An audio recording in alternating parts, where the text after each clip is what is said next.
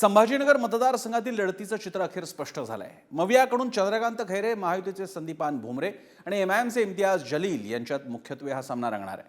कोकण पाठोपाठ छत्रपती संभाजीनगर हा शिवसेनेचा बालेकिल्ला समजला जातो।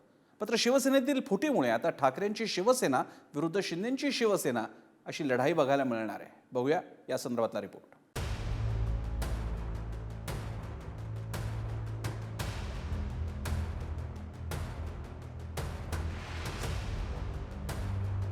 संभाजीनगर मतदारसंघातील लढतीचं चित्र अखेर स्पष्ट झालंय। मवियाकडून चंद्रकांत खैरे, महायुतीचे संदीपान भुमरे आणि एमआयएमचे इम्तियाज जलील यांच्यात मुख्यत्वे सामना रंगणार आहे। कोकण पाठोपाठ छत्रपती संभाजीनगर हा शिवसेनेचा बालेकिल्ला समजला जातो। मात्र शिवसेनेतील फुटीमुळे आता ठाकरेंची शिवसेना विरुद्ध शिंदेंची शिवसेना अशी लढाई बघायला मिळणार आहे। ठाकरेंच्या शिवसेनेचे उमेदवार चंद्रकांत खैरेंनी आदित्य ठाकरेंच्या उपस्थितीत जोरदार शक्तीप्रदर्शन करत आपला अर्ज दाखल केला। आपण हे पाहिलं असेल, गेल्या 2 वर्षामध्ये पालकमंत्री म्हणून त्यांनी एकमेव काम केलं जे त्यांच्या मित्रांचे, अनेक लोकांचे ओळखीचे जे वाईन शॉप होते त्याच्या बाहेर स्पीड ब्रेकर लावला जनतेच्या पैशानी, कारण वाईन शॉपचा बिझनेस चांगला चालावा। एवढंच काम त्यांनी केलं। जनता ओळखून आणि जनताच आम्हाला सांगते, आम्ही नाही बोलत आहे। मला वाटतं एकदा अजितदादा पण हे बोलले तिथे येऊन। मी खरं सांगतो का, ही निवडणूक खरं म्हणजे तुल्यबळ विरोधकच नाही, आज आमच्या सोबत भाजप आहे, आमच्या सोबत राष्ट्रवादी आहे, आमच्या सोबत RP आहे, आमच्या सोबत तो मनसे, विशेष म्हणजे मनसे आमच्या सोबत आली, विशेष म्हणजे बच्चू कडू आहे, रासपा आहे, म्हणजे आमच्या सोबत सगळे। त्याच्यामुळे मला नाही वाटत ही फार मोठी लढाई होईल।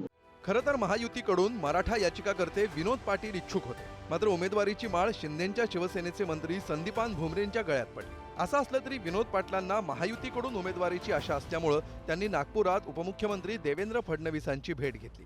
जर महायुतीनं तिकीट दिलं नाही तर अपक्ष निवडणूक लढण्यावर विनोद पाटील ठाम आहेत। मुख्यमंत्री आणि उपमुख्यमंत्री यांची संभाजीनगर लोकसभा उमेदवारी देण्याची इच्छा होती, मात्र 2 आमदार आणि एका राज्यसभेच्या खासदारानं विरोध केला, म्हणून मला डावलण्यात आलं असं माझं मत आहे। लोकसभा निवडणूक लढवण्यावर मी ठाम आहे असं विनोद पाटील यांनी म्हटलंय। छत्रपती संभाजीनगर लोकसभेसाठी मी इच्छुक होतो। परवाच महायुतीकडनं सन्माननीय मंत्री महोदय भुमरे साहेबांच्या नावाची घोषणा झाली।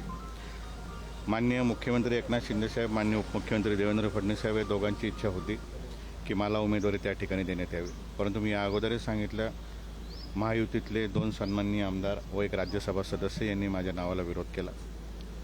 मला अजूनही आशा आहे की याच्यामध्ये निर्णय पुनर्विचारित होऊ शकतो। सध्याची मतदारसंघाची परिस्थिती बघता माझ्याकडे विजयाचं गणित आहे। तीच चर्चा करण्यासाठी मी माननीय फडणवीस साहेबांची आज या ठिकाणी भेट घेतली। संभाजीनगर मतदारसंघात यंदा प्रचंड मोठा ट्विस्ट निर्माण झाला। गेल्या लोकसभेवेळी अपक्ष म्हणून मैदानात उतरलेले हर्षवर्धन जाधव यंदा पुन्हा निवडणुकीच्या मैदानात उतरले। त्याबरोबर विनोद पाटील यांनी देखील अपक्ष निवडणूक लढण्याचा निर्धार केला। तसंच गेल्या वेळी MIM सोबत असलेल्या वंचितनंही यंदा आपला उमेदवार रिंगणात उतरवलाय। त्यामुळे संभाजीनगरात यंदा बहुरंगी लढत रंगण्याची शक्यता आहे। ठाकरेंच्या शिवसेनेकडून चंद्रकांत खैरे, शिंदेंच्या शिवसेनेचे संदीपान भुमरे, MIMचे इम्तियाज जलील, वंचितचे अफसर खान, अपक्ष हर्षवर्धन जाधव आणि अपक्ष विनोद पाटील असा सामना होण्याची शक्यता आहे। अनेक दिवसापासून हे आम्ही वाट बघत होतो की आमच्या विरोधात कोण येणार आहे। इतकं मोठं त्यांची ताकद असूनही अमित शाह साहेब येऊनही आणि त्या प्रकारे त्यांनी भाषण केलं होतं की इथून आम्हाला उखाडून फेकायचं आहे, मग त्यांनी का माघार घेतलेली आहे हेही एक प्रश्न त्यांच्या समोर आहे। ते दिवस गेलेले आहे जिथे जेव्हा हिंदू मुस्लिम करायचं आणि फक्त जाती धर्माच्या नावावर आपण निवडणूक लढायचं। गेल्या लोकसभेवेळी युतीचे चंद्रकांत खैरे, MIMचे इम्तियाज जलील आणि अपक्ष उमेदवार हर्षवर्धन जाधव यांच्यात तिरंगी सामना झाला होता। जाधव आणि खैरे यांच्यातील मतविभाजनाचा फायदा जलील यांना झाला। त्यांनी सुमारे 5,500 मतांनी खैरेंचा पराभव केला। यावेळीही महायुती आणि महाविकास आघाडीत मतविभाजन होणार हे निश्चित आहे। इम्तियाज जलील MIM यांना 3,89,042 मतं मिळाली। शिवसेनेच्या चंद्रकांत खैरेंना 3,84,550 मतं मिळाली, तर हर्षवर्धन जाधव या अपक्ष उमेदवारांनी 2,83,798 मतं मिळवली।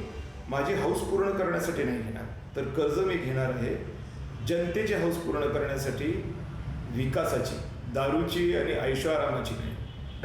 की गेल्या 10 वर्षांमध्ये तुम्हीच म्हणताय आणि ही प्रतिज्ञापत्र पण सांगते की माझी लक्ष्मी घटली आहे. म्हणजे मला 10-11 कोटी रुपयाचं मी माणूस असताना त्या ठिकाणी आज 2,82,00,000 मिळाले. म्हणजे 8 कोटींनी लक्ष्मी घसरली आहे. पुढाऱ्यांची लक्ष्मी घटत नसते, वाढत असते. आणि माझी घटली आहे याचं प्रमुख कारण हेच आहे की जनता एवढंच डोळ्यासमोर आहे, बाकी काहीच नाही. संभाजीनगर लोकसभा मतदारसंघ 2019 पर्यंत शिवसेनेचा गड होता.